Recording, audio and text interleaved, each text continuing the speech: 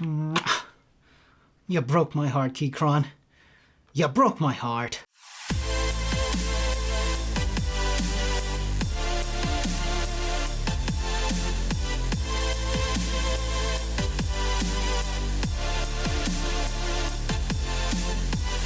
Welcome everybody to Very Important Geeks, where today we're going to be talking about the best and worst keyboard I have ever owned, the Keychron K6. So let's take a look at what you get out of the box.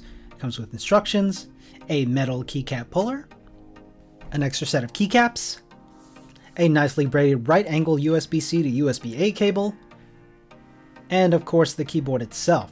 The K6 is a 65% keyboard, meaning it has an extra column of keys and usually has the dedicated arrow keys.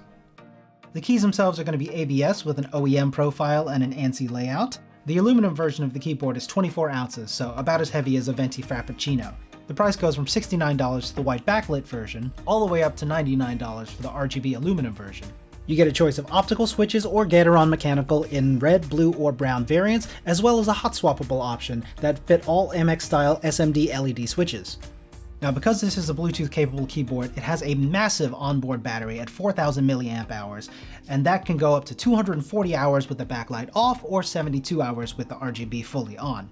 And when you need to top it off, it takes about 3 hours to charge it to full.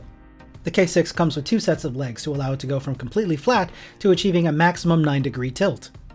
Now, this is wired and wireless over 5.1 Bluetooth. It offers Mac and Windows support, and it comes with extra keycaps to support the layout of your choice. In my experience, when I did have it wired up, it worked perfectly fine because I used it for gaming as well, and I noticed no noticeable latency issues. You can pair this with up to 3 other Bluetooth devices, which is nice, but I did notice that if you have the auto sleep mode turned on, that when you start it up again, it misses the first few keystrokes, so I always found myself typing and then having to delete and retype things, which is a minor annoyance. Though you can turn the auto sleep mode off. So, what I liked about this, the build quality on this is amazing for the price. $69 as a base price to $99 for the max options that you can get is very affordable in the mechanical keyboard market. For an entry-level keyboard, this offers a lot of functionality, especially if you're moving between Mac and Windows workspaces or would like to move between wired and wireless ways of work. After over a year of typing on this, it has been my favorite and my daily driver of choice. The build quality was excellent and the value was fantastic for what you get, and it worked flawlessly. Until it didn't. About 4 months into having this, I started having some issues where the keyboard just died. The Bluetooth didn't work, Wire didn't work, Windows didn't work, Mac didn't work, the RGB lights didn't work. I swapped USB-C cables, that didn't work. So I contacted Keychron support, who were very responsive, although they are on the other side of the world. So if you're in the US or in the Western Hemisphere and you do contact them, expect a response probably the next day. And they worked me through some things. They sent me instructions to download the latest firmware update. That didn't work. Then I just ultimately did a factory reset on it, which you can do by pressing Function Z and J. And after about 7 or 8 months, it stopped working again. I switched cables, went through the usual routine, swapped modes, RGB lights didn't work, so I contacted Keychron support again, and they walked me through a couple of things, and we weren't able to solve it. After sending them some videos of what was going on, they ended up sending me a full replacement for the keyboard at no cost, which is awesome. But then I got this one. You'll notice I have the original right here. This is the one they sent me. And it worked for about 4 hours, and then it completely died again. And then it just started doing weird things. It just started typing on its own. When I hit caps lock, it would just write random characters on the screen and I couldn't get it to stop. It seemed as if the F key was constantly being pressed and I couldn't stop it. I switched it to Mac mode, didn't stop it. I switched it to Bluetooth, repaired it to my computer. That didn't work. It just kept typing random nonsense.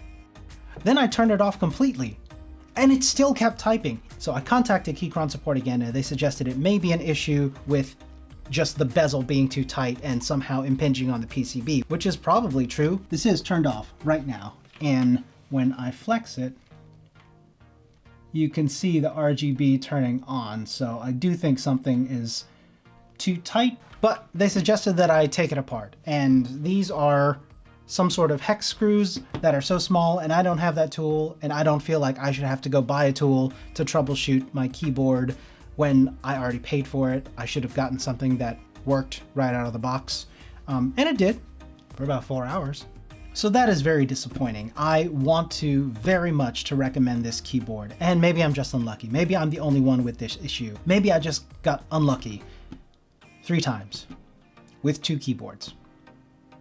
As a point of comparison, I have 2 other mechanical keyboards, 65%, the Ducky 12 SF RGB, and those have given me no issues at all, and I'm very glad I kept them around so that I had a backup once both of these just completely quit on me.